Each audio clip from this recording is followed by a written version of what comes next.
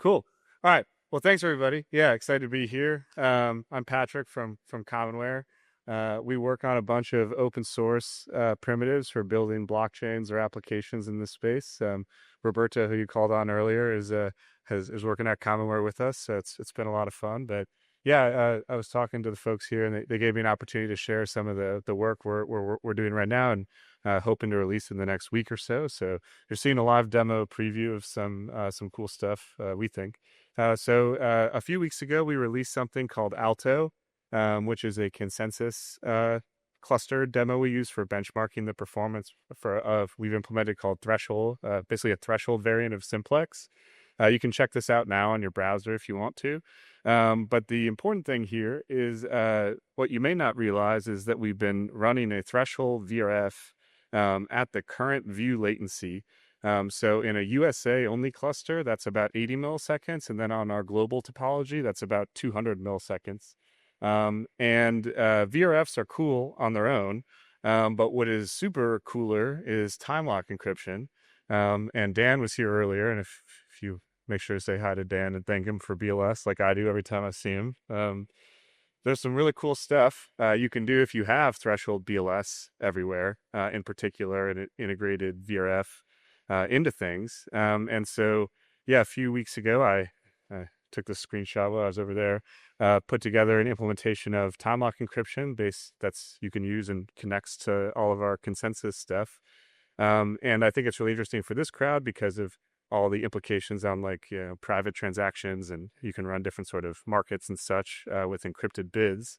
But we think a big part of getting people excited about all this cool technology everyone's working on are interactive experiences. And so in a couple days, we're going to release something called Battleware, which is basically a implementation of a battle game. Classic, gotta show the terminal. The best demos in crypto are just two terminal screens, right? Flowing everything between each other. But in this case, I had Claude vibe code, some not terminal. And so the game is pretty simple. The idea is that you as a user show up and you first generate a character. Now, this character is generated by this VRF that's running. And so it'll generate a 32-byte digest, and from that derive a max health score, and then a defensive move, and then 3 attacks. Obviously, some ASCII art of your character. So we'll have an incognito tab here, do the same thing. And so it derives everything, the name, the moves. And so if you're like, oh, I don't really like this Estonian guy, I'm going to retry. It'll generate a different character with different traits. And so you can, if you wanted to, mine these characters. But what's interesting is when you battle them.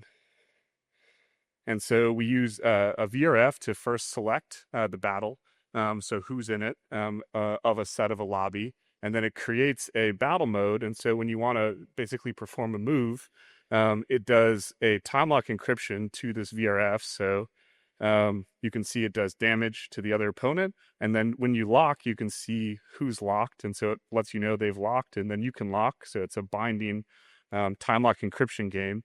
And then, you can battle each other till one of you pulls it out. Or if basically the round expires. It looks like, these are randomly generated, so the game can go 15 rounds. This guy on the right, though, has some pretty strong attacks. So I think we'll be able to tackle Shadow Rex in a few moves here if we play it right. Now, in most games, you can bias it because you know the attack strength. So what we do as well is use the VRF in each view to determine the strength of your attack between 50 and 100%. So it's not just as easy as using your most powerful move every single time. Now, the cool thing with this is, your moves are binded, so you can truly have a P2P battle game, all secured by cryptography that you know and love. And then, we'll be tracking an ELO score on chain. And so we'll basically, over the course of hopefully a week or so, rank people to see how good of a battler you can be with some randomly generated characters. So, that's it. Thanks for having me. Also, what do you like to like? And somehow that all worked. So that was great. Any questions? Oh, there we go. If anybody has a question, please, like, you could take over. It's more of a comment and appreciation for what you did. I was at the Real World Crypto Symposium, I think 2 years ago. I think there was a side event. It was a Google run workshop. Yep. They and somebody did kind of a time lock encryption CLI tool that was kind of demonstrating how great the like I think it was the whatever symposium of has the servers that with the League of Entropy. Yes, exactly, the League of Entropy. Yeah, so he was demonstrating how cool the League of Entropy was and everything.